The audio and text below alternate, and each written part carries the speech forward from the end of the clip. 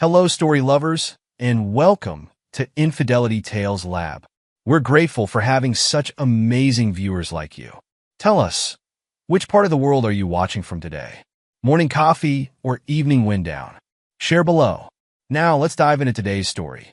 The blue light of the laptop screen cast harsh shadows across Michael Walter's face as he stared at the banking portal.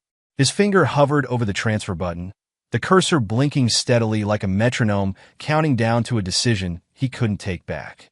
$190,000, nearly $200,000 that would vanish with a single click. Outside his home office window, the October wind rattled fallen leaves against the glass. It was well past midnight, but sleep wasn't an option. Not with his father-in-law's life potentially hanging in the balance. The house creaked and soft footsteps approached. Michael minimized the window just as Tanya appeared in the doorway, wrapped in her silk robe, her dark hair tumbling over her shoulders. Even after 5 years of marriage, the sight of her still made his heart skip a beat. "You're still up?" she asked, her voice thick with carefully crafted concern. She padded across the room, her bare feet silent on the hardwood floor. "Baby, you need to rest. You've been stressing about this for days." Michael leaned back in his chair, rubbing his tired eyes. "I'm just going over the numbers again. With the new contracts." "The contracts will be fine," Tanya interrupted, moving behind him to massage his shoulders. Her touch was gentle but insistent. "You're brilliant at what you do. The company's never been stronger." Her fingers worked at a knot in his neck, and Michael felt some of the tension begin to dissolve. "That's exactly why this timing is so crucial. We got material costs to cover, payroll to meet, and my father has men threatening to break more than just his fingers." Tanya's voice cracked perfectly, a practice tremor that she'd been perfecting for weeks. She moved around to perch on the edge of his desk, forcing him to look at her. In the dim light, her eyes glistened with tears. "I know it's a lot to ask, Michael, but he's family. He's Marcus's grandfather." As if on cue, a faint cry echoed from down the hall, their 2-year-old son stirring in his sleep. Tanya glanced toward the sound, her manipulation subtle but effective. "I'll check on him," she whispered, squeezing Michael's hand before gliding out of the room. Left alone, Michael reopened the banking window. The numbers stared back at him, accusing. His phone buzzed, a text from George Peterson, his business partner of 10 years. "Don't do it," the message read. "Something's not right. Call me?" Michael's thumb hovered over the call button, but another cry from Marcus's room made him hesitate. With a deep breath, he dialed George instead. "Tell me you haven't transferred the money yet," George answered without preamble, his voice gruff with concern. "I'm about to." "George, you should see James's face. They worked him over good." "That's what doesn't track," George cut in. "Since when do loan sharks target retired accountants? And Asian triads? In our city? Come on, Mike." Michael glanced toward the hallway, lowering his voice. He got in over his head at some underground casino in Chinatown. "Convenient explanation, isn't it?" George's skepticism crackled through the phone. "And these supposedly dangerous gangsters are willing to wait patiently while he gets the money together? That's not how these things work, and you know it. What are you suggesting?" "I'm suggesting you take a step back and think." James Ballard shows up with bruises and a wild story about gambling debts right after we land the biggest contracts in company history? That timing doesn't set off any alarms for you? Before Michael could respond, he heard Tanya's footsteps returning. "I've got to go," he whispered. "Marcus is up." "Mike, wait." He ended the call just as Tanya appeared, carrying their sleepy-eyed son. Marcus's dark curls were mussed from sleep, his cheeks flushed as he clutched his favorite stuffed elephant. "Someone wanted to say good night to Daddy," Tanya said softly, depositing Marcus in Michael's lap. The boy snuggled against his chest, warm and trusting. Michael breathed in the sweet baby shampoo smell of his hair, feeling his resolve crumble. "Duh," Marcus mumbled, already drifting back to sleep. Tanya stood behind them, her hand resting on Michael's shoulder. The perfect picture of family unity. "He's so lucky to have you," she murmured. "We both are. You always take care of us." Michael thought of James's bruised face at Sunday dinner, the way his hands shook as he tried to hold his fork, the way Marcus had run to hug his grandfather, oblivious to the older man's wince of pain. "Okay," he said finally, shifting Marcus carefully as he reached for the mouse. "I'll do it." Tanya's hand tightened almost imperceptibly on his shoulder as he clicked the transfer button. "Thank you, baby. Daddy will be so relieved." As the confirmation screen appeared, Michael caught a glimpse of Tanya's reflection in the window. For just a moment, the mask of loving concern slipped, replaced by something cold and triumphant. But when he turned to look at her directly, she was all warmth and gratitude again. "Let me put him back to bed," she said, lifting Marcus from his lap. "Then maybe we can both get some sleep." Michael nodded, watching them go.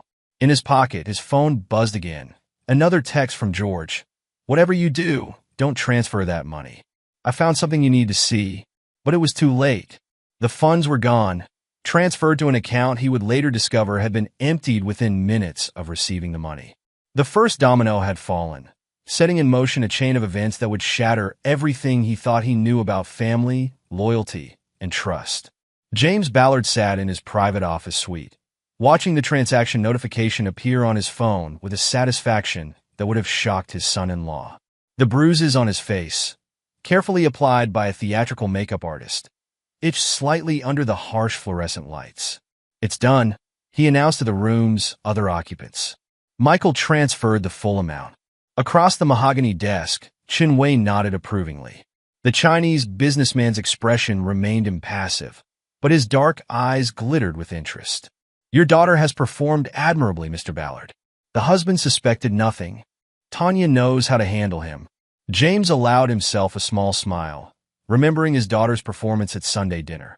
The trembling hands as she served dessert, the perfectly timed tears when Michael went to comfort her. She's always been gifted that way. Even as a child, she could convince anyone of anything. And the cousin? Chun Wei's associate, Lu Ming, spoke up from his position by the window. "He remains useful?" James swiveled his chair to face the wall of monitors behind his desk, each displaying financial data from different businesses in his growing network. "Alvin has exceeded expectations. His position in Michael's company gives us unprecedented access. Speaking of which," he pressed an intercom button. "Send them in." The office door opened, admitting Tanya and Alvin Gross. They entered separately, maintaining a professional distance that would have fooled any casual observer. But James noticed the way their eyes met briefly, the slight flush in his daughter's cheeks. "Congratulations are in order," Chin Wei said, rising to pour drinks from the crystal decanter on the credenza. "Phase 1 is complete." Tanya accepted her glass with a graceful nod. Michael's always been easy to manipulate. He's so desperate to be the hero, the good husband, the perfect father. Her lip curled slightly. "It's pathetic, really? Don't underestimate him," Alvin warned, remaining standing as he sipped his bourbon. At 28, he was 7 years younger than Michael, but ambition had aged him. He's trusting, not stupid. And his partner, George Peterson, is already asking questions. "Questions are not evidence," Lu Ming dismissed. "And soon it won't matter. How long before you can begin implementing the new billing system?" Alvin pulled out his tablet, scrolling through documents he'd copied from Michael's office. "The company just landed 3 major contracts. Perfect timing to restructure our accounting procedures. Michael's too busy with project management to notice if we adjust some numbers here and there. Assuming you can keep him distracted." Chin Wei looked pointedly at Tanya.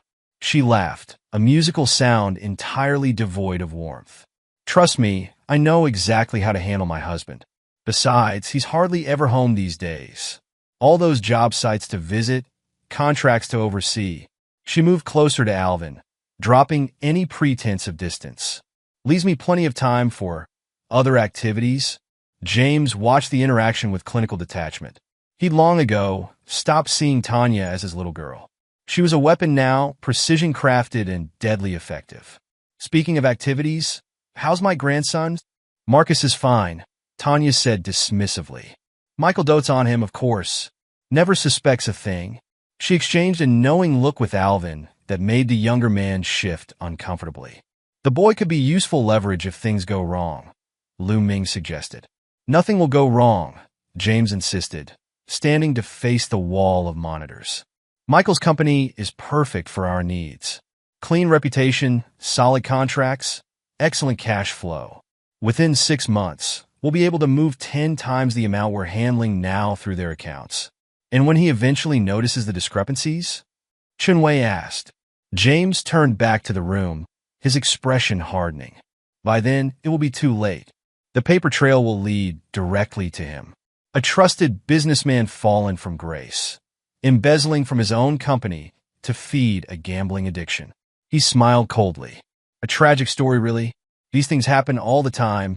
And what about George Peterson? Alvin asked. He's not as easily fooled as Michael. Leave George to me, Tanya interjected. I've been laying groundwork there too. A few strategic comments about erratic behavior, drinking at lunch, mysterious absences. Plant enough seeds of doubt, and no one will believe him if he raises concerns. The meeting continued well into the night, plans being refined, contingencies discussed. None of them noticed the cleaning lady who lingered slightly too long outside the door, or the way she carefully positioned her cart to capture their conversation on a hidden device. Later, in her small apartment across town, Margie Manning, who hadn't actually been a cleaning lady in over 20 years, would review the recording with growing concern. The ex-FBI agent had been hired by George Peterson to look into James Ballard's sudden gambling problem, but what she'd uncovered went far deeper than anyone suspected. "Oh, Michael," she muttered, making notes in her file. "You have no idea what kind of sharks you're swimming with." The dining room of the exclusive Highland Club dripped old money from every crystal chandelier and mahogany panel. It was the kind of place where deals were made over perfectly cooked steaks, where fortunes changed hands between coffee and dessert. Tonight, it would serve as the stage for a carefully orchestrated destruction. Michael sat at the head of the long table, trying to focus on the celebration at hand. The company had just secured its largest contract yet, a $15 million development project that would put them in a whole new league. Around him, family and close associates chatted and laughed, wine flowing freely as the evening wore on. "You've outdone yourself, son." James Ballard raised his glass in a toast. The bruises on his face now faded to a sickly yellow. "I always knew you had potential." From her seat beside Michael, Tanya beamed with practiced pride. She'd been drinking steadily all evening, but her eyes remained sharp, calculating. "We should all thank Michael," she agreed, her voice carrying just enough edge to make several guests glance up. "He's so good at taking care of things." Across the table, Alvin shifted in his seat, avoiding eye contact. He'd been unusually quiet throughout dinner, responding to questions about the new contract with clipped, professional answers. To most observers, he appeared appropriately deferential to his older cousin's success. "Speaking of taking care of things," James continued smoothly, "I can't thank you enough for your help with my recent difficulties." Those people were quite satisfied with the arrangement. Michael nodded uncomfortably, still troubled by the massive transfer he'd made 3 weeks ago. He'd barely slept since, worried about cash flow with the new project starting up. "I'm just glad it's resolved," he said diplomatically. "Oh, it's resolved all right," Tanya murmured into her wine glass. Something in her tone made Michael turn to look at her more closely. The evening had started well enough. They'd arrived early, Tanya stunning in a deep red dress that drew admiring glances from other diners. Marcus had been left with a sitter, giving them a rare night out as adults. But as the wine flowed and the courses progressed, something had shifted in his wife's demeanor. Now, watching her drain her fourth? Or was it fifth? Glass of wine, Michael noticed details he'd been too preoccupied to see before. The way she leaned slightly toward Alvin when she laughed. The brief touches as they passed dishes. The loaded glances that spoke of shared secrets. "You know what I love about you, Michael?" Tanya's voice cut through his observations, loud enough to draw attention from nearby tables. "You're so trusting, so eager to help family." She emphasized the last word with a bitter laugh that raised alarm bells in Michael's mind. "Tanya," James said sharply, "perhaps you've had enough wine." She waved off his concern, her smile taking on a cruel edge. "Oh, but we're celebrating, Daddy. Michael's big success. Shouldn't we tell him exactly how successful he's been?" "This isn't the time," Alvin muttered, but Tanya was beyond caring. "When is the time?" she demanded, pushing back from the table. "When he transfers more money?" When he signs more contracts? How long are we supposed to keep pretending? Michael felt the room shift around him, as if the floor had suddenly tilted. Pretending what? Exactly? Tanya turned to him, and the mask she'd worn for 5 years finally cracked completely. There was no trace of the loving wife now, only cold amusement and something close to contempt. "You're such a fool," she laughed, the sound like breaking glass. "Did you really think my father, who managed hedge funds for 20 years, got himself into trouble with loan sharks? That he needed your help to pay off gambling debts?" "Tanya, that's enough," James snapped, but she ignored him. "And while you were playing the noble husband, writing checks to save poor daddy from the big bad gangsters, I was having the time of my life." She gestured toward Alvin, who looked like he wanted to disappear into his expensive suit. "Your cousin here knows how to show a woman a good time. Don't you, darling?" The silence that fell over the table was absolute. Michael stared at his wife, then at his cousin, watching 5 years of marriage collapse like a house of cards. "How long?" he managed to ask, his voice surprisingly steady. "Long enough." Tanya's smile was vicious now. "Long enough to know that Alvin's better than you in every way that matters. At least he knows how to satisfy me. We should take this somewhere private." James attempted to intervene, aware of the attention they were drawing from other diners. "Private?" Tanya laughed again, rising unsteadily to her feet. "Like all those private afternoons while Michael was visiting job sites? All those private moments when we were making his precious Marcus?" The words hit Michael like physical blows. "What are you saying?" "Oh, come on, Michael. Look at him. Look at your son. Those dark curls, that olive skin. Did you really think he got those features from my side of the family?" She turned to Alvin, who sat frozen in his chair. Tell him who Marcus's real father is." The room spun slowly around Michael as the truth crashed over him in waves. The elegant dining room, with its crystal and candlelight, seemed to blur at the edges. Every laugh, every touch, every convenient business trip, it all took on new meaning with brutal clarity. "Marcus's," he started, but couldn't finish the sentence. "Alvin's," Tanya confirmed with cruel satisfaction. "Your cousin's been more than just your junior partner, darling. While you were busy building your precious company, he was building a real family with me. We're taking Marcus to his real family now." Alvin finally found his voice, though he still couldn't meet Michael's eyes. "It wasn't supposed to happen like this," he said quietly. "We were going to tell you." "When?" Michael's question cut through the air like a blade. "After the new contracts? After you helped yourself to my company too?" James Ballard stood abruptly, his chair scraping against the hardwood floor. "That's quite enough. Tanya, you're making a scene?" "A scene?" She laughed, the sound echoing off the wood-paneled walls. "Oh, Daddy, I'm just getting started. Should I tell him about the money? About where his precious $190,000 really went?" Several other diners were openly staring now. A waiter hovered uncertainly at the edge of their table, unsure whether to intervene. "Your father's gambling debts," Michael said slowly, the pieces falling into place. The bruises, the threatening phone calls, it was all a lie. "Every word," Tanya confirmed, swirling the wine in her glass. "Daddy hasn't touched a deck of cards in his life. But you were so eager to play the hero, to prove what a good son-in-law you were." She leaned forward, her voice dropping to a stage whisper. "Want to know what we did with the money while you were losing sleep over saving the family? That's enough."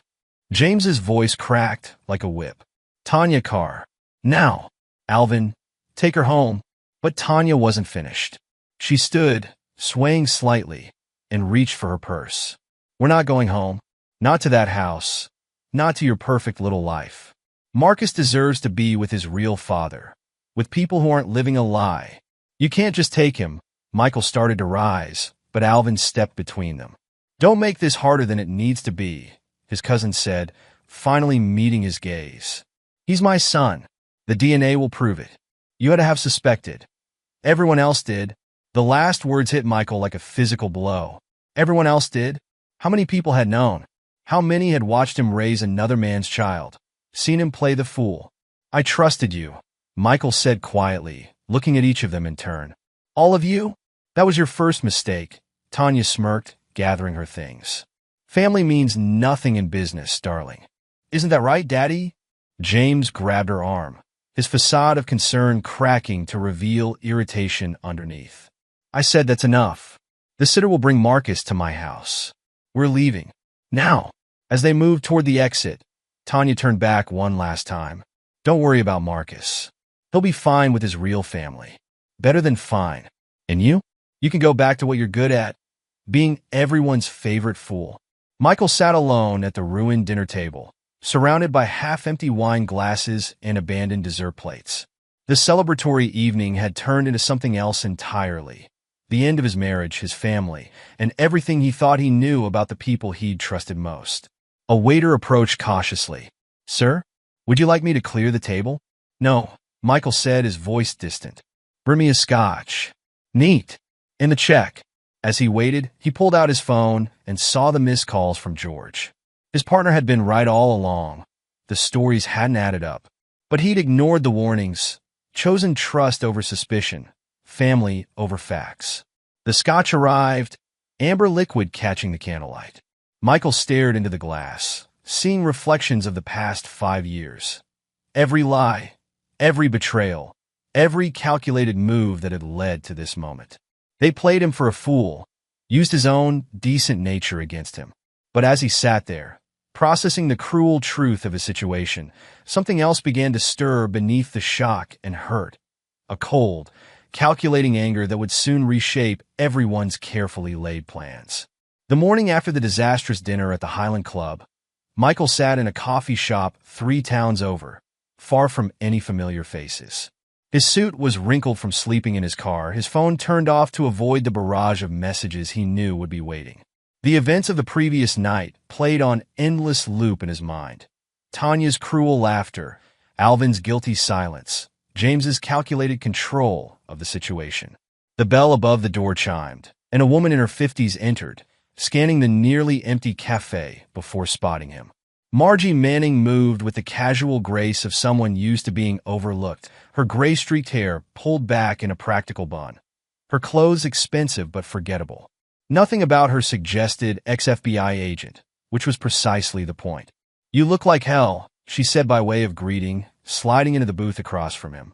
Though I suppose finding out your wife's been playing you would do that to anyone. Michael blinked in surprise. How did you know about last night? Margie signaled the waitress for coffee. I've been watching your family for weeks. George Peterson hired me after your father-in-law's mysterious gambling debt surfaced. Something about Asian triads targeting a retired accountant set off his alarm bells. The waitress arrived with Margie's coffee, and they waited until she was out of earshot before continuing. Why didn't George tell me? Would you have believed him? Margie's eyes were kind but direct. From what I've observed, you're a trusting man, Mr. Walters. It's an admirable quality, but it can be weaponized by the wrong people.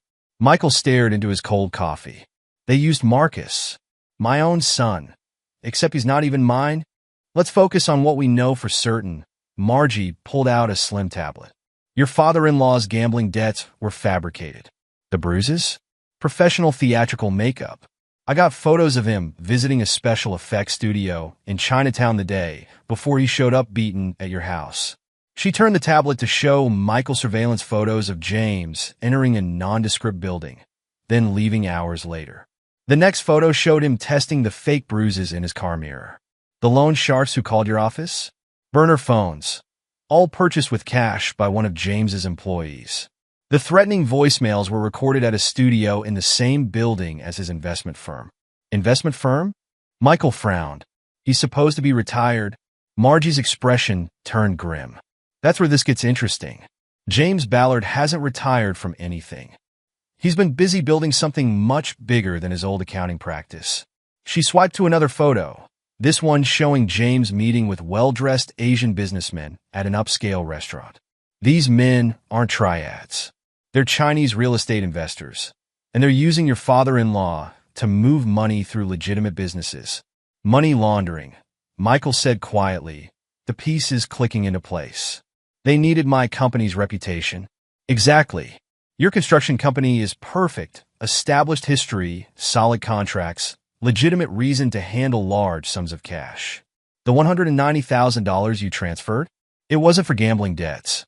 It was a test run, proving you could be manipulated into moving money without asking too many questions. Michael felt sick. And Tanya? Alvin? Your wife's been working with her father for years. The marriage itself might have been part of the plan, a way to get close to someone with a clean business reputation. Margie hesitated before continuing. The affair with your cousin, that appears to have started about 3 years ago, shortly after he joined your company. Around the time Marcus was conceived, Michael's voice was hollow. Margie reached across the table to stop him from crushing his paper coffee cup. There's more. Your cousin's role goes beyond the affair. He's been systematically documenting your business practices, helping them understand how to manipulate your company's finances without raising red flags. How do you know all this? A slight smile crossed Margie's face. Let's just say I'm very good at being invisible. You'd be amazed what people discuss when they think no one's listening. She pulled out a small recorder. Would you like to hear what your father-in-law and his partners talk about in their private meetings?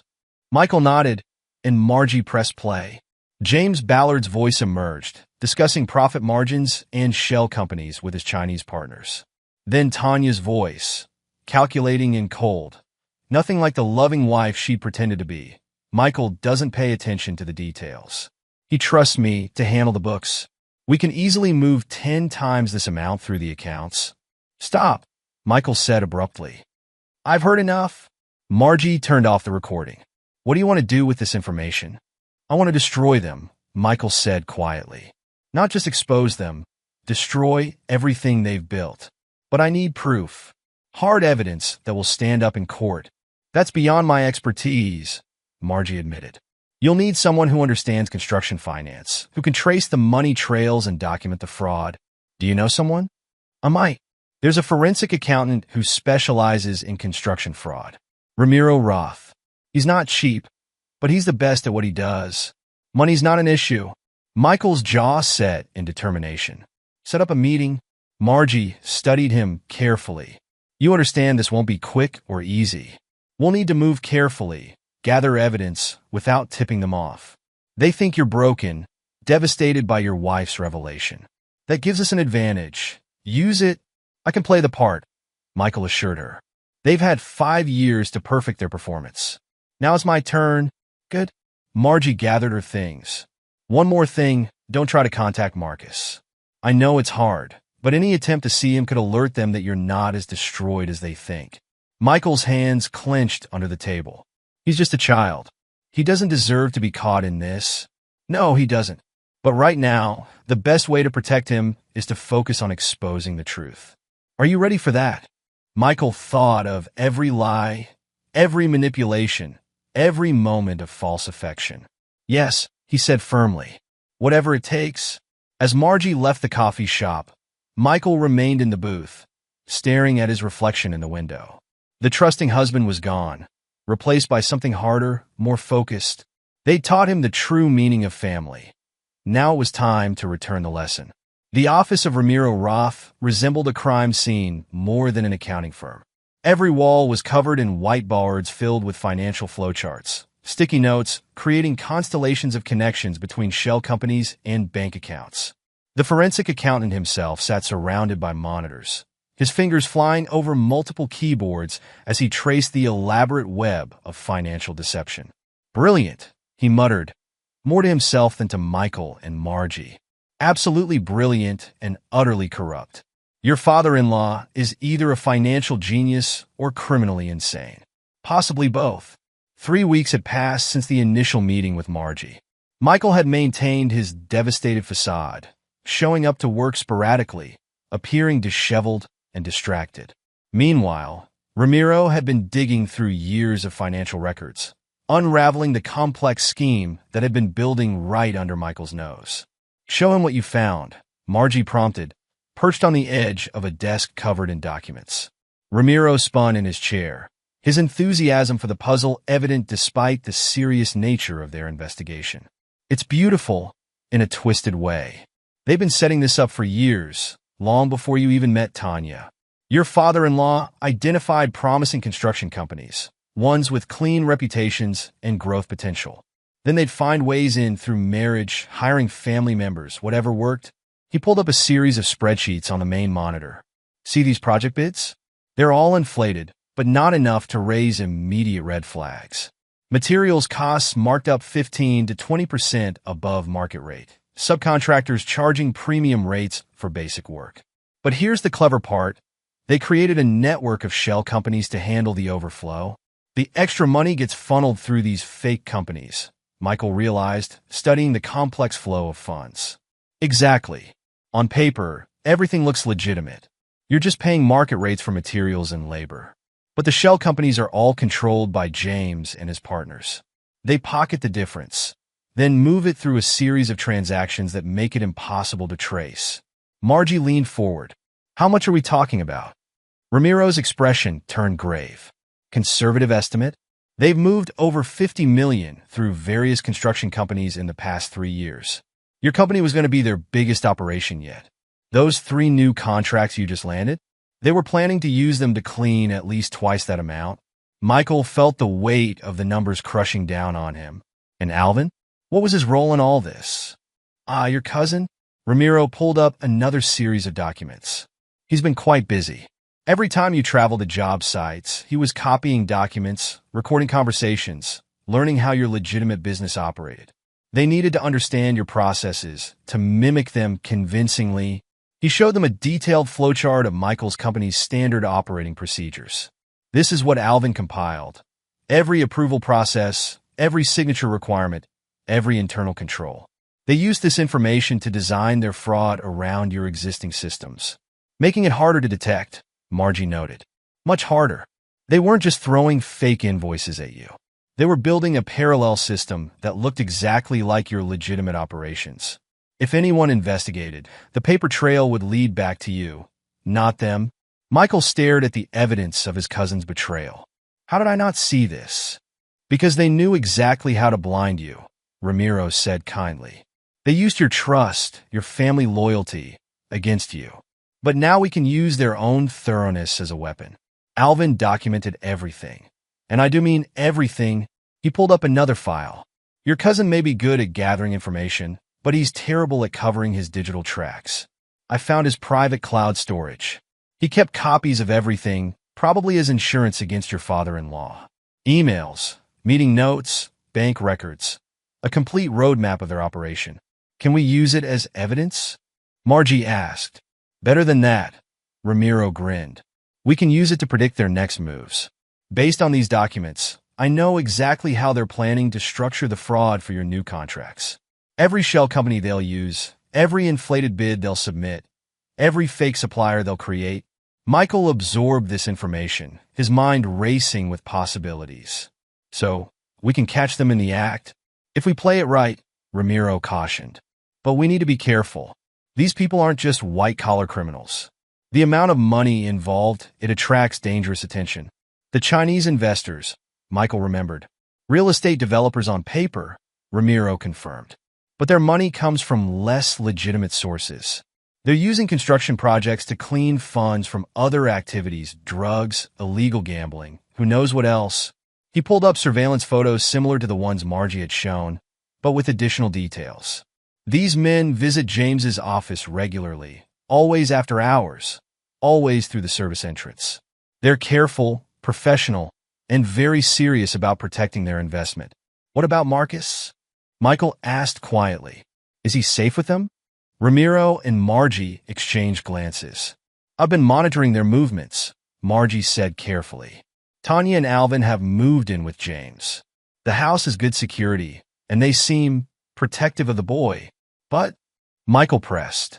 But if they realize we're building a case, there's no telling how they might react. We need to move carefully, gather evidence, without showing our hand. Ramiro nodded in agreement. I need another week to document everything. Then we should talk to a lawyer, someone who understands both criminal and family law. I know someone, Margie offered. Gerard Hansen. He's handled similar cases before. Michael stood, looking at the web of evidence surrounding them. Set it up. And Ramiro? I want everything. Every transaction. Every shell company. Every fake invoice. Leave them nowhere to hide. Already on it, the accountant assured him, turning back to his monitors. They thought they were so clever, hiding their fraud in plain sight. But numbers don't lie, and these numbers are telling a very interesting story. As Michael left the office, he felt a strange sense of calm. The truth was finally emerging, one spreadsheet at a time. But the hardest part was still to come, and somewhere in the back of his mind, a clock was ticking, counting down to a decision he wasn't sure he was ready to make. The DNA results lay on Gerard Hansen's mahogany desk like a bomb waiting to detonate. The attorney studied them carefully, his expression grave as he processed the implications. Across from him, Michael sat perfectly still, his face a mask of control that had become second nature over the past weeks. The timing matches exactly, Gerard said finally, setting down the report. The dates correlate perfectly with your business trips to the Denver project. When you were overseeing the new site, when Alvin had free access to my home, Michael finished. To my wife, to everything I thought was mine, the office was quiet save for the soft ticking of an antique clock, its steady rhythm marking time in a world that had lost all sense of normalcy. Through the window, the city skyline glittered in the early evening light, oblivious to the personal devastations being discussed in corner offices and private rooms. We have options, Gerard began carefully, pulling out a legal pad. The DNA results alone don't negate your parental rights. You've been Marcus's father in every way that matters for 2 years. There's precedent for maintaining custody despite biological parentage, especially given the circumstances of conception. Michael watched a pair of birds whirl past the window, free and unconstrained. Tell me everything. All the options, all the consequences. Gerard leaned back, steepling his fingers. Option 1. We fight for custody. You've been the primary provider. You have a stable home, successful business. We can argue that the deception itself demonstrates their unfitness as parents. But, he paused, choosing his words carefully. But it would be messy. Very messy. The DNA results, your work schedule, the ongoing criminal investigation. They'd use everything against you. Custody battles are ugly enough without adding money laundering and federal investigations to the mix. Michael nodded slowly. And Marcus? What would it do to him? He's young, but not too young to be affected by a prolonged legal battle. There would be evaluations, interviews with court-appointed specialists. Every aspect of his life would be scrutinized. What's option 2? Gerard pulled out another file. We focus on destroying their operation and securing Marcus's future through other means. The evidence Ramiro uncovered is damning. With proper coordination with federal authorities, we could dismantle their entire network.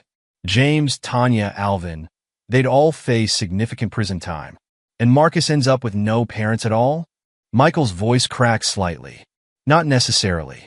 We can establish trusts, set up guardianship arrangements. Make sure he's provided for even if his biological parents are incarcerated. Gerard's expression softened. Sometimes the best way to protect someone isn't by keeping them close, but by ensuring their future from a distance. Michael stood, moving to the window. Below, people hurried along the sidewalks, heading home to their families, their normal lives. He calls me Daddy, he said quietly. Every morning, every night. He doesn't know any different. Which is why this decision is so crucial, Gerard replied. Whatever you choose will shape his entire future. Show me what it looks like, both paths. Gerard pulled out more documents, laying them side by side. The custody battle. Months, possibly years of legal proceedings. Even if we win, Marcus grows up in an atmosphere of conflict. Joint custody means ongoing interaction with people who betrayed you. Sole custody means explaining to him why he can't see his mother or biological father. He gestured to the other set of papers. The alternative, we work with federal prosecutors, build an airtight case. Marcus stays with his biological parents for now, but we set up ironclad financial protection for his future. Education, healthcare, trust funds that can't be touched by anyone involved in the fraud. And Tanya? Alvin? What happens to them? Based on the evidence Ramiro uncovered, Gerard shuffled through more papers. The money laundering charges alone carry substantial sentences. Add conspiracy, wire fraud, bank fraud. They're looking at serious prison time. But they might cut deals, turn on James and the Chinese investors in exchange for leniency. Michael returned to his seat, feeling the weight of the decision pressing down on him. Marcus loves them. Whatever else they are, whatever they've done. He loves his mother. And Alvin. He swallowed hard. Alvin is his real father. Biologically, Gerard corrected. Biology isn't everything. The question is, what serves Marcus's best interests in the long term? If I fight for custody, I keep him in my life, but I risk dragging him through years of legal battles. If I let him go, Michael's voice trailed off. If you let him go, you can focus on dismantling the criminal enterprise that would otherwise shadow his future, Gerard finished gently. Sometimes the most parental thing we can do is step back. Michael stood abruptly, pacing the office. Show me the trust documents. If we go that route, I want an ironclad. Nothing they can touch. Nothing they can manipulate. Gerard pulled out another file. I've drafted preliminary papers. The trust would be managed by an independent trustee, someone with no connection to either family. It would cover education through graduate school if he chooses, healthcare, a housing allowance when he's older. We can even set up periodic payments for basic needs that can't be accessed by his parents. And the letter? Michael asked quietly. We can arrange for him to receive an explanation when he's 18. Not to hurt him, but to help him understand. The truth about his heritage, about the choices made, about why you did what you did. Michael stared at the documents spread across the desk. DNA results, trust papers, criminal evidence. Each page represented a piece of his shattered life. A decision point that would reshape not just his future, but Marcus's as well. What would you do? He asked finally. If it were your child? Gerard was quiet for a long moment. I'd ask myself one question. What action gives him the best chance at a healthy, stable future? Not what satisfies my need to stay in his life. Not what punishes those who betrayed me, but what truly serves his interests. Michael picked up the DNA results, reading the cold, scientific confirmation of his deepest fears. Then he looked at the trust documents, the careful provisions for Marcus's future. Blood isn't the only way to protect a child, he said finally, echoing thoughts he'd been wrestling with for weeks. No, Gerard agreed. Sometimes love means making the hardest choice. Michael squared his shoulders, his decision crystallizing. Set up the trust. Make it absolutely secure. And he paused, steeling himself. Begin coordinating with the federal prosecutors. It's time to end this. You're sure? Gerard asked, though he was already reaching for the relevant papers. I'm sure, Michael said quietly. Marcus deserves a future free from all of this. I can't give him back his innocence, can't undo the lies he was born into. But I can make sure he has opportunities, security, a chance at something better. And you? Gerard asked carefully. What about your future? Michael stood, gathering his coat. The sun had set while they talked, leaving the city sparkling with artificial light. My future is making sure justice is served. Not for revenge, not for satisfaction, but because it's the right thing to do. As he left Gerard's office, Michael felt strangely lighter, despite the weight of his decision. The path ahead was clear now. Not easier, but clearer. He would protect Marcus the only way he could, by destroying the criminal enterprise that threatened to shadow his future, even if it meant letting him go. The elevator doors closed on the image of him, standing straight and determined, a man who had lost everything but found a purpose. The hardest choice was made. Now it was time for action. The bourbon in Michael's glass caught the light from the chandeliers overhead, amber liquid swirling as his hand trembled. A carefully practiced shake he'd perfected over the past 3 months. Around him, the annual Contractors Association gala continued in full swing, but he remained isolated at the bar, his tie loosened, his appearance deliberately disheveled. Mr. Walters? A concerned board member approached cautiously. Perhaps you should call it a night? Michael looked up with unfocused eyes, another practiced move. I'm fine, he slurred slightly. Just celebrating our success. That's what these things are for, right? From across the ballroom, he could feel Tanya and Alvin watching. They'd arrived together, not even bothering to hide their relationship anymore. His public decline had emboldened them, just as planned. They're buying it, Margie's voice murmured through the nearly invisible earpiece he wore. The ex-FBI agent was positioned at a corner table, disguised as a wealthy donor. Tanya just texted James. They think you're spinning out completely. Michael knocked back the rest of his drink, actually iced tea, and gestured unsteadily for another. The performance had to be perfect. For the past 12 weeks, he'd been carefully constructing his downward spiral. Missed meetings, emotional outbursts, apparent drinking binges.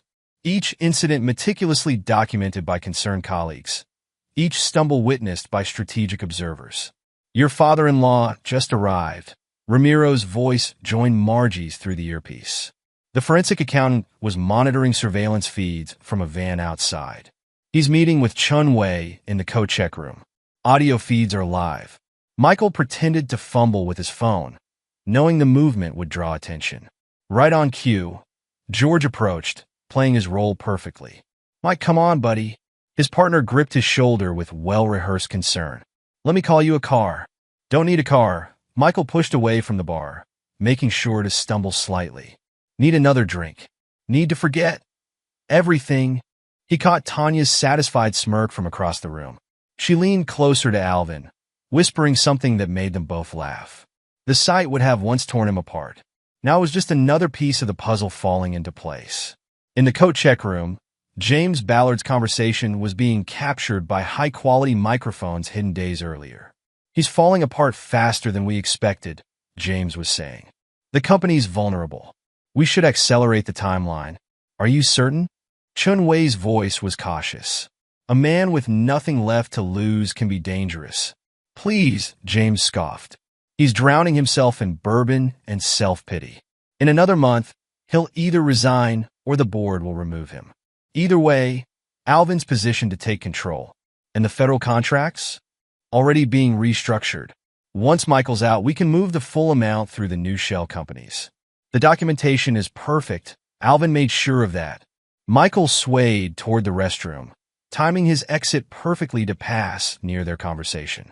James and Chun Wei fell silent as he stumbled by, exchanging knowing looks.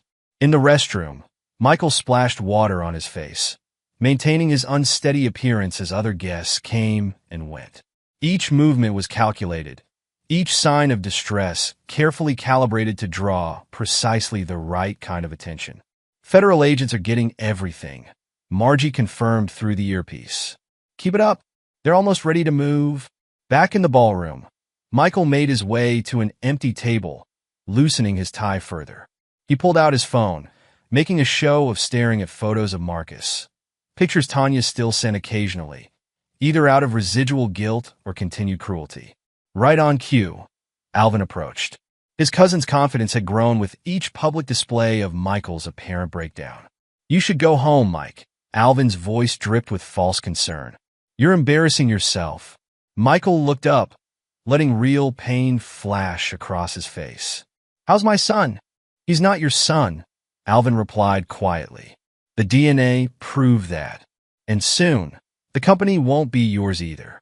Save what's left of your dignity. Walk away before you're forced out. Michael's hand tightened around his glass. You took everything from me? No, Alvin leaned closer, dropping the pretense of concern. You gave it away because you were too trusting, too blind to see what was happening right in front of you. Some men are built to lead, others to follow. Guess which one you are? He walked away, rejoining Tanya at their table. Michael watched them through seemingly bleary eyes. While in the surveillance van, federal agents recorded every word, every interaction. Perfect, Margie whispered through the earpiece. The pieces are all in place. One more big display, and we can move to the final phase. Michael stood unsteadily, drawing attention once again. He moved toward the main stage where a band was playing, weaving between concerned guests. Just as he reached the steps, George intercepted him. That's enough, his partner said firmly, loud enough for nearby tables to hear. I'm calling you a car. You need help, Mike. Professional help. Michael allowed himself to be led away, catching James's satisfied nod from across the room. His father-in-law pulled out his phone, undoubtedly setting the next phase of their plan in motion. But the next move wouldn't be theirs to make. In the van outside, federal agents were already preparing warrants, coordinating teams, building an operation that would bring down the entire network. Another few weeks, Margie promised as Michael was helped into a waiting car. Keep playing the part. Let them think they've won. The car pulled away from the gala, and Michael finally allowed his practice tremor to still. In his pocket, his phone buzzed with a message from Gerard Hansen. Trust documents are ready. Everything's in place. Soon, very soon, the true reckoning would begin. The garden party at James Ballard's estate was a celebration of victory, or so the conspirators believed. Crystal glasses clinked as wealthy guests mingled on manicured lawns, while hidden federal agents took up positions around the perimeter. Today was meant to mark Tanya and Alvin's engagement announcement, a final twist of the knife in Michael's apparent downfall. Instead, it would serve as the stage for their undoing. All teams in position, crackled the radio in the command vehicle parked discreetly down the street. Special Agent Sarah Chun, no relation to Chun Wei, she noted wryly, coordinated final preparations with her teams. Target vehicles identified. Waiting for the signal, Michael adjusted his tie in the rearview mirror of his car, parked just around the corner. For the first time in months, he was immaculately groomed. No trace of the broken man he'd pretended to be. Remember, Margie's voice came through his earpiece. Let them make the first move. Everything needs to be on record. He stepped out of the car, straightening his jacket. The invitation to this party had come as a surprise to many guests, the estranged ex-husband attending his wife's engagement celebration. But James had insisted, wanting to witness Michael's final humiliation personally. Heads turned as he walked through the garden gates. Gone was the stumbling drunk of recent months, replaced by someone altogether more dangerous. He could see the moment of uncertainty cross James's face, the flash of concern in Tanya's eyes. What's he doing here? Alvin's voice carried across the lawn. And why isn't he, drunk? Michael supplied, his voice clear and strong. Broken? Sorry to disappoint. James moved forward smoothly, ever the gracious host. Michael, we didn't expect you to actually come. Given your recent difficulties, you mean my carefully staged breakdown? Michael smiled coldly. It was quite a performance, wasn't it? Almost as good as your gambling debt scam. A ripple of confusion moved through the crowd. Tanya stepped forward, her engagement ring catching the sunlight. Michael, you're embarrassing yourself again. Perhaps you should. Perhaps I should what? He cut her off. Leave quietly? Let you announce your engagement to my cousin? The same cousin who helped you steal my company while I was building it into something legitimate. That's enough. James snapped, but Michael was just getting started. You know what's interesting about shell companies? He continued conversationally. They leave paper trails. Lots of them. Especially when your partners get sloppy with their documentation. Chun Wei emerged from the crowd, his usual calm demeanor showing cracks. Mr. Walters, perhaps we should discuss this privately. Why? Afraid I might mention the $50 million in laundered money? Or the inflated contracts? Or maybe the real reason for all those late-night meetings in your office? James moved closer, his voice dropping to a harsh whisper. You're in over your head, Michael. Walk away while you still can. Like you walked away with my money? Like Tanya walked away with my son? Michael's voice carried across the suddenly silent garden. Did you really think I'd just break down? That I'd drink myself into oblivion while you stole everything I built? Enough! Alvin strode forward, anger overriding his caution. Security? Get him out of here. I wouldn't, Michael warned as two guards approached. Federal agents might object. As if on cue, vehicles roared to life around the perimeter. Agent Chen's voice boomed through a megaphone. Federal agents. Nobody move. The garden erupted into chaos. Guests scattered as agents in tactical gear swarmed the property. Chinwei made a break for his car, but was quickly intercepted. James reached for his phone only to find it already dead. All signals in the area had been jammed. You? Tanya stared at Michael, realization dawning. You were playing us? Everything you did is documented, he told her calmly. The money? Marked by federal agents. Your father's operation? Exposed. The evidence is overwhelming. Alvin lunged forward, but Michael didn't flinch as agents immediately restrained his cousin. You son of a...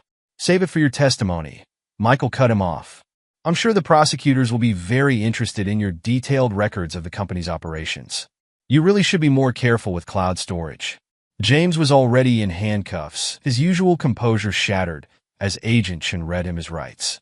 Chen Wei and his associates were being loaded into separate vehicles, their carefully constructed network crumbling in real time. What about Marcus?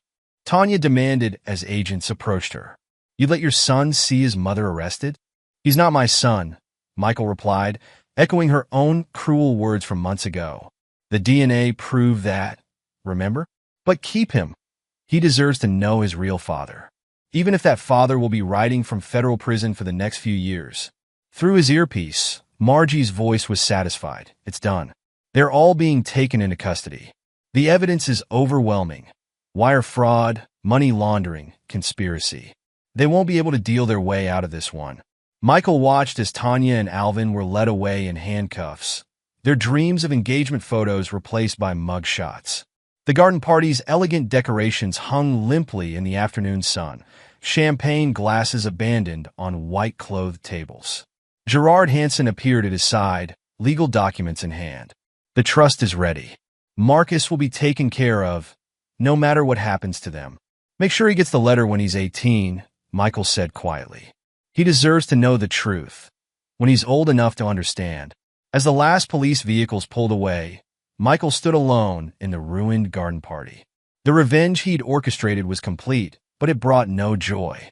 Only a grim satisfaction that justice had been served, and a hope that somewhere in the future, a young man would read a letter and understand why his world had been turned upside down on this sunny afternoon.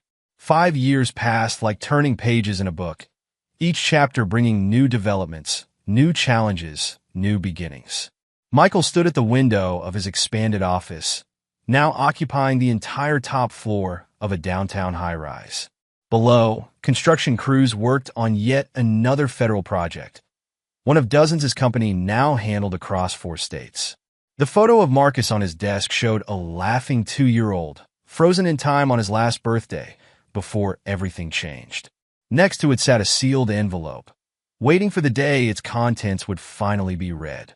The trust statements are here, Joy Montgomery Walters said from the doorway, one hand resting on her very pregnant belly. Marcus's college fund is performing better than expected. Michael turned to smile at his wife, still amazed by how life could surprise you. Joy had been the federal prosecutor assigned to the case, her integrity and compassion shining through even in the darkest moments of the investigation. Their connection had grown slowly, naturally, built on shared values and understanding. He'll be starting high school soon, Michael mused, picking up the trust documents. Tanya sent pictures last month. Joy moved to stand beside him, her presence comforting and strong.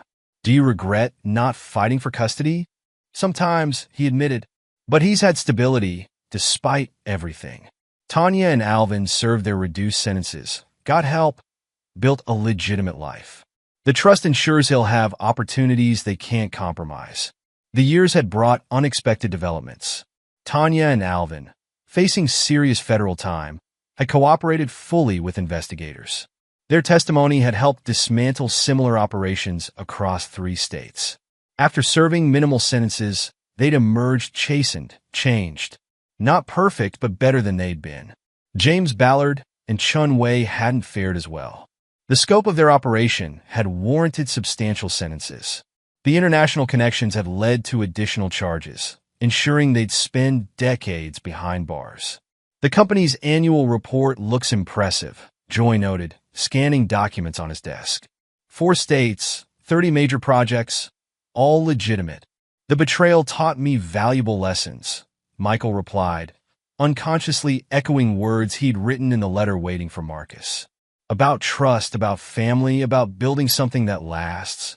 He glanced at the ultrasound photo pinned to his bulletin board, their daughter, due in less than 2 months. Joy followed his gaze, understanding in her eyes. She'll grow up knowing the value of integrity, she assured him, and the importance of doing what's right, even when it hurts. Michael nodded, thinking of all the choices that had led to this moment. The decision to let Marcus go while ensuring his future. The careful documentation of every crime. The staged descent that had drawn out his betrayers. Each step had been necessary, each sacrifice part of a larger purpose. Sometimes I wonder if he'll understand, Michael said quietly. When he reads the letter on his 18th birthday, "You told the truth with love," Joy reminded him. Not to hurt him, but to help him understand the complexities of loyalty and betrayal. That's all any father can do. The word father no longer stung like it once had. DNA might not have made Marcus his son, but the trust fund, the letter, the constant quiet protection, these were paternal acts too, different but no less real. His phone buzzed with a message from George. Another federal contract awarded, another opportunity to build something lasting. The company had emerged stronger from the crucible of betrayal, its reputation for integrity now legendary in the industry. "You know what I've learned?" Michael said, gathering Joy into his arms. "The best revenge isn't about keeping what others try to steal. It's about building something better from the ashes of betrayal." "Is that what you wrote in the letter?" she asked, leaning into him. "Part of it," he smiled. "The rest is about hope, about choices, about the different ways we can protect the people we love." Outside his window, the city stretched toward the horizon, filled with buildings his company had helped create. Each project a testament to doing things the right way, each success a quiet rebuke to those who'd chosen deceit. The sun was setting, painting the sky in shades of promise. Soon they'd head home to their quiet suburban house, so different from the one he'd shared with Tanya. Tomorrow would bring new challenges, new opportunities to prove that integrity wasn't just a word but a way of life. "Ready to go home?" Joy asked, gathering her things. Michael took one last look at Marcus's photo, at the letter waiting to bridge past and future. "Yes," he said simply. "I'm ready." They left together, turning off lights in an office built on honest work and hard-won wisdom. In the elevator, Joy intertwined her fingers with his, a simple gesture that spoke volumes about trust rebuilt and faith restored. "Oh, I almost forgot," she said as they reached the parking garage. "The foundation board approved your proposal. We're launching the scholarship program for children affected by white-collar crime." Michael smiled, thinking of how life had a way of turning full circle. The program would help kids like Marcus, children caught in the crossfire of financial fraud and family betrayal. It wasn't atonement exactly, but another way of building something positive from painful experience. "How many students in the first year?" he asked, opening the car door for his wife. 10 full rides," Joy replied, easing herself into the seat, "plus mentoring and internship opportunities." The board was especially impressed with the ethical leadership component. As they drove home through the gathering dusk, Michael reflected on the journey that had brought him here. The betrayal had nearly destroyed him, but instead it had forced him to rebuild something stronger, not just his company, but himself. In his briefcase, next to the trust statements and company reports, sat a small ultrasound photo of their daughter. Soon she would join their world, growing up in a home where integrity wasn't just preached but practiced. She would learn early what had taken him years to understand, that true strength comes not from never being broken, but from how you choose to rebuild. The letter to Marcus would explain all of this someday. Not just the facts of what happened, but the harder truths about choices and consequences, about different kinds of love and different ways of showing it. Maybe then he would understand why his not-quite-father had chosen to protect his future from a distance rather than fight for custody in the present. As they pulled into their driveway, the porch light welcomed them home. It was so different from the mansion James had built with laundered money, or the house where Michael had lived his life of comfortable deception with Tanya. This home was built on truth, sometimes difficult, sometimes painful, but always real. Joy paused at the doorway, framed by warm light from within. "You're thinking about him again, aren't you?" "I always do this time of year," Michael admitted. It was close to Marcus's birthday. He would be 7 now, the same age Michael had been when he first learned about integrity from his own father. "The trust will give him choices," Joy reminded him gently. "And the letter will give him truth. That's more than many children get." Michael nodded, following her inside. On the walls, among photos of their life together, hung a single picture of a laughing 2-year-old boy. Not hidden, not denied, but acknowledged as part of the story that had led them here. Sometimes revenge isn't about destroying what hurt you, but about building something so much better that the pain becomes just another foundation stone.